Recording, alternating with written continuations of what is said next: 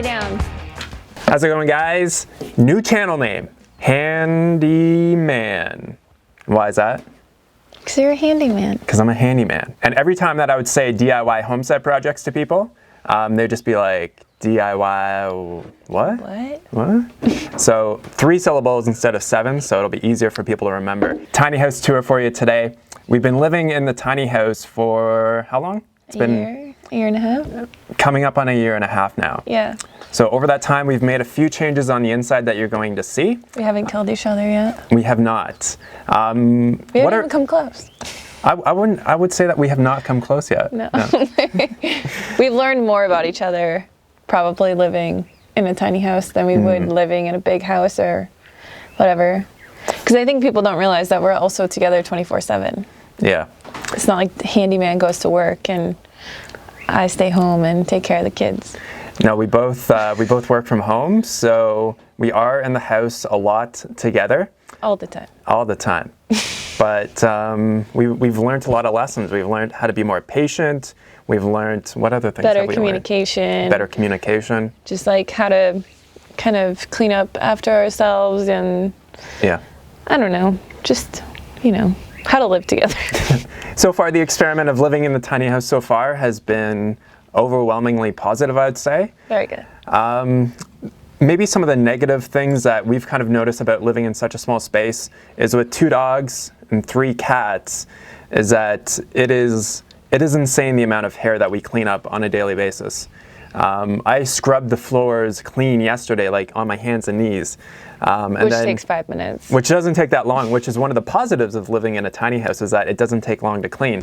But this morning I come out and get a huge clump of hair just from the dog shedding overnight and the cat shedding. But there's a lot of hair for 200 square feet, but it's really only like 100 some square feet or whatever, because they're only really on the first floor. Yeah. If we had a 3,000 square foot house, it wouldn't seem like there's hair anywhere. That's true. So I think we should get more animals.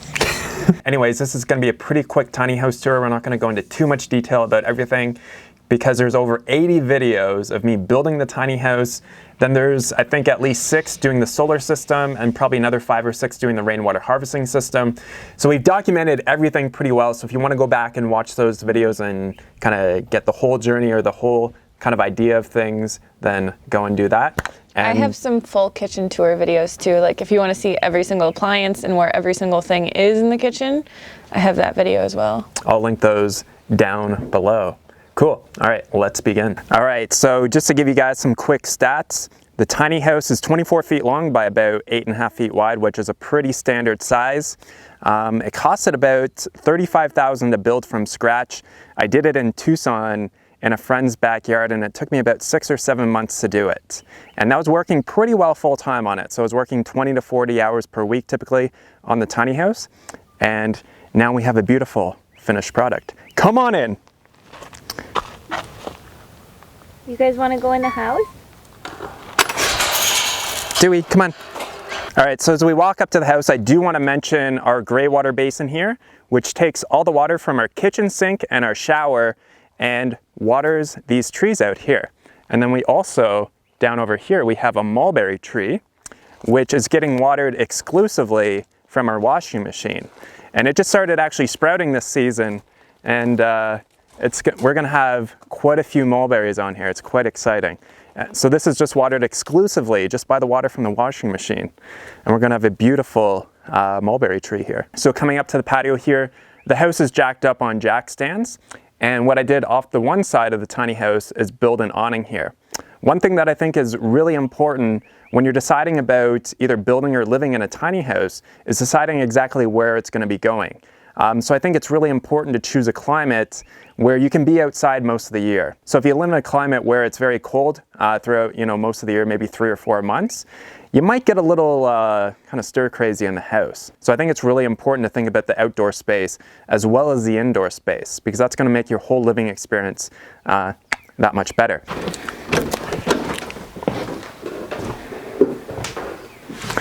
Here we are. Come on in. So if you've been following my channel for a while, one thing that you would have noticed immediately in the living room area is that we used to have 2 yellow chairs here that we no longer have anymore. we just found we found a few things. The cats just kind of ripped them up, and we never really used them that much. So what we did was we got Bubba and Dewey a much bigger bed so they can sleep on it together. And I installed this little desk here. So this little folding desk.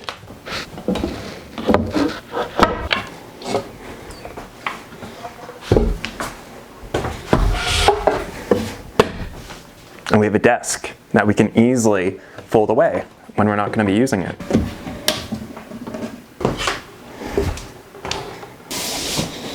So one of the best things about either building, purchasing, or designing a tiny house is that you can really cater it to exactly what you need.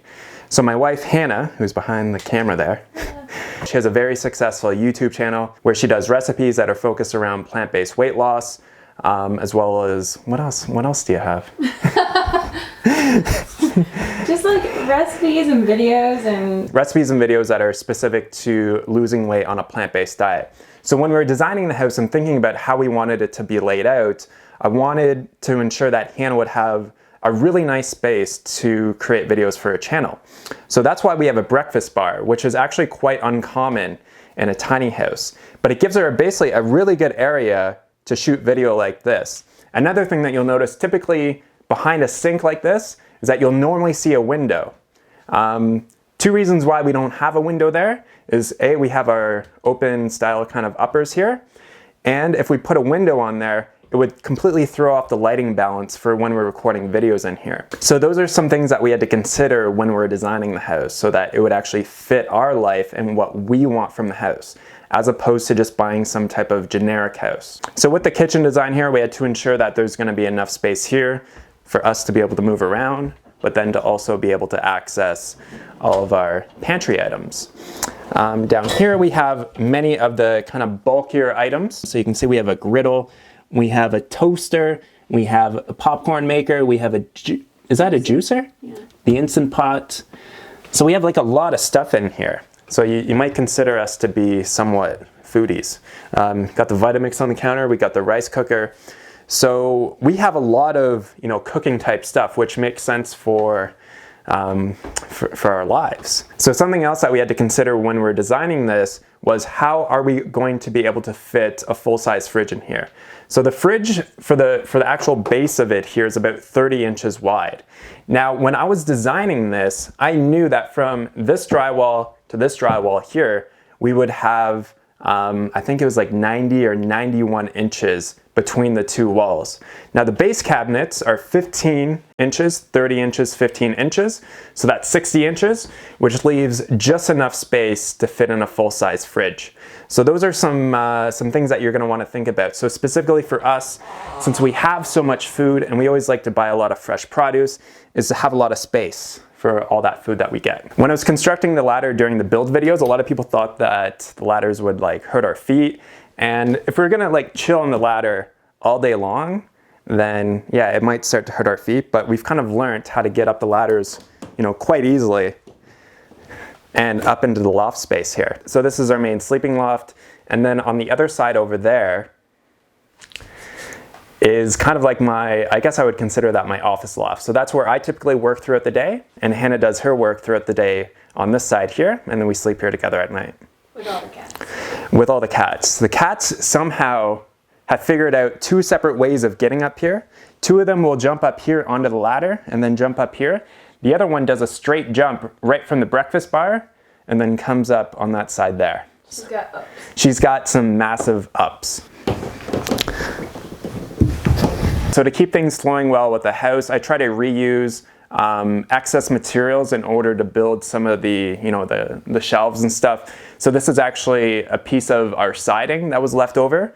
And then I also use the same 1/2-inch rigid pipe to create kind of like a bracket to hold them up, which is the same as the ladder over there. So this is what I call the command center. So we've got our amplifier down here for our stereo system. We've got the router and a lot of other kind of random knickknacks and stuff like that in here. And we've also got the Super Nintendo, which we play on the projector. So we've got our little projector up here, and then on the other side is the screen. So we have been known to play some late night Super Mario on here because my parents got me the really cool old school Super Nintendo that hooks up to an HDMI setup now. So there we go. Now we can, we've watched some movies on here, some Netflix stuff, and then we can also play video games on here as well. Whose idea was that door? That was Hannah's idea right there. This is actually double-sided, so there's a mirror on the other side on the inside as well. So coming into the bathroom here, I'd say this is actually a significantly large tiny house bathroom, and that's because we did all of our clothes storage in here as well. We just found that just based on trying to give us enough loft space above, we're able to actually fit in the toilet box, which we just have a composting toilet, and then also the shower here, which even for me, a lot of people thought that this shower would be too small, and it is a small shower, but you can see I can easily move around and clean myself. We just can't do any hanky-panky in there. We just can't do hanky-panky in there. So in the storage here, obviously you can see this is the bulk of our clothes. A lot of people thought that because the shower is here and with the humidity from the shower, that our clothes would get mold on them over time. But since we live in the desert, like it's really quite dry here, and this airs out very quickly. What does Hannah have in here? Random, this is kind of more first aid stuff. And then this is Extra stuff. just kind of more extra stuff. And you can see we still even have, you know, room for other stuff, just more clothing. Yeah, the cats actually like to sleep up here throughout the day and stuff. So they somehow climb up back here and then get up top there. All right, let's go check out the shed. Come on. And then over here we've got the solar clothes dryer, which is a special from Home Depot. Just if you go there, just ask them for the solar clothes dryer and see if they know what the hell you're talking about. Before we moved out here, I built this shed. So it's 8 feet wide, 12 feet long. So it actually provides us a great amount of storage out here.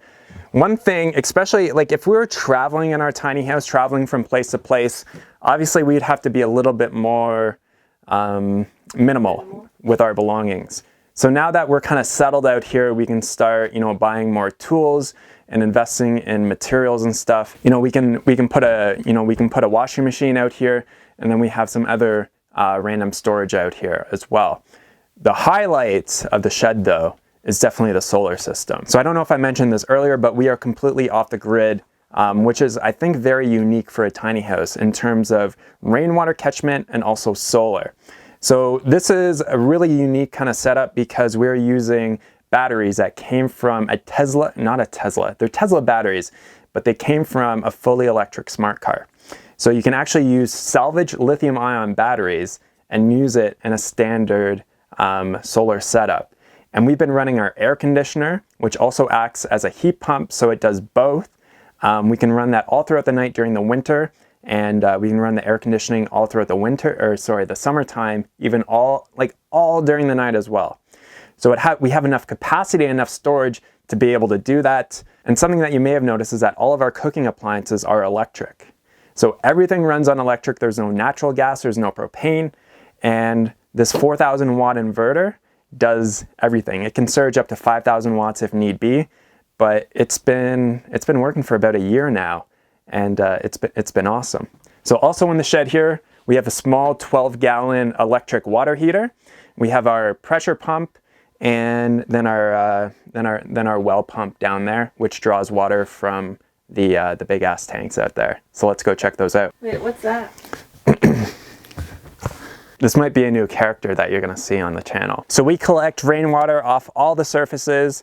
So between the tiny house and the awning, there's about 500 square feet, which goes into a culvert cistern over there. And then we also have another smaller culvert cistern here, which collects water from the shed roof. And we've got this massive 10,000 gallon capacity. So we've got 4 tanks that are 2,500 gallons each for our main rainwater harvesting setup. And man, it's been working awesome so far. So we haven't had to drill a well, which is really nice. Quickly before we go to the solar panels, this is our mini split unit, which does both heating and cooling, cools down the house, warms up the house very quickly. It's rated for like 500 square feet. So this is only about a 200 square foot footprint, works awesome. So one of the difficulties that you may find with going completely off-grid with a tiny house is the amount of panels that you're going to need. So we weren't able to fit all the panels on top of the tiny house. I think we could probably fit 8 or 10, but our solar system, we're utilizing 15 panels. There's 16 here, we only have 15 hooked up, and that provides us with more than enough power to basically run everything that we need. In fact, during the summertime, it's nice. We can just leave the air conditioning on. We don't have a power bill, which in the state of Arizona, people have some pretty crazy power bills, $300–400 per month during the summertime because of all the power going to cool their houses. So with making that initial investment in the solar system, we don't have a power bill. So this is our massive 28, almost 2,900 square foot rain roof. So living in the desert, we need basically at least 1,500 square foot per person in order to give us enough water year round. So based on my calculations, this huge ass rain roof should capture maybe around 18 to 22,000 gallons of water per year. And Hannah and myself, we use probably about 30 to 40 gallons of water per day. So 40 gallons over the course of a year, it's probably gonna be about 15,000 gallons of water. So that leaves us a lot of extra water to do some gardening as well. So one of the things that we've done that I really like is putting down this gravel. It creates kind of like pathways and also like more kind of garden areas. Bubba still, he hasn't figured out that he has to poop on the sand. He still poops on the gravel sometimes, which is kind of annoying, but he just does his own thing. He's his own man. He's like, I'm gonna poop on that gravel. So if we come down the path here, it opens up into our fire pit area. So I'm actually going to release a video, it's been done for a while, but of how I did the fire pit using some culverts. But yeah, this has been a really nice area just to do some fires. We've got the grill there, so we will cook like veggie burgers on there. You know, we've cooked potatoes on there. We've done mini pizzas. We do lots of nice stuff out here. Roasted vegetables with the mesquite wood that is all over our property. We just burn that. Gives it this like incredible smoky flavor. So good. All right, guys, so that is a quick little synopsis of our tiny house. Looking back at it now, it kind of seems like it was so far away that I actually built it in Tucson, even though it was just over about 1.5 years ago that I finished it. But it was such a rewarding experience. The skills that I learned, the confidence that was built, and the self-esteem that was built through building something like this is it's certainly amazing, because you start to think to yourself, okay, I built a tiny house, what else can I do as well? So it sets into gear a lot of momentum for your life. So if you have an inkling to learn more about how this tiny house was specifically built, a lot of the thought processes that went behind it, including a very comprehensive material list, definitely check out my book, Tiny House Blueprint. I'll leave it down below. It paints a much different story about the tiny house build that you probably didn't see on YouTube. I think just overall, I just love doing stuff like this. Going out into the unknown. When I was building this, yes, I did have experience as being an electrician, so the electrical portion was very easy, but the rest of it was very challenging. And while it looked like it was very easy on YouTube, like there's a lot of times where I was getting worried. I didn't know how things were gonna turn out, because I was really learning this as I went, and predominantly most of it was learned from YouTube. So just watching lots of YouTube videos, lots of YouTube series about other people building tiny houses. And just through doing that and learning SketchUp, I was able to design the house myself, which if you want the SketchUp file, you can grab that as well. And then building the tiny house from scratch, which I probably did about 90 to 95% of the work myself. Just such a rewarding experience to come home.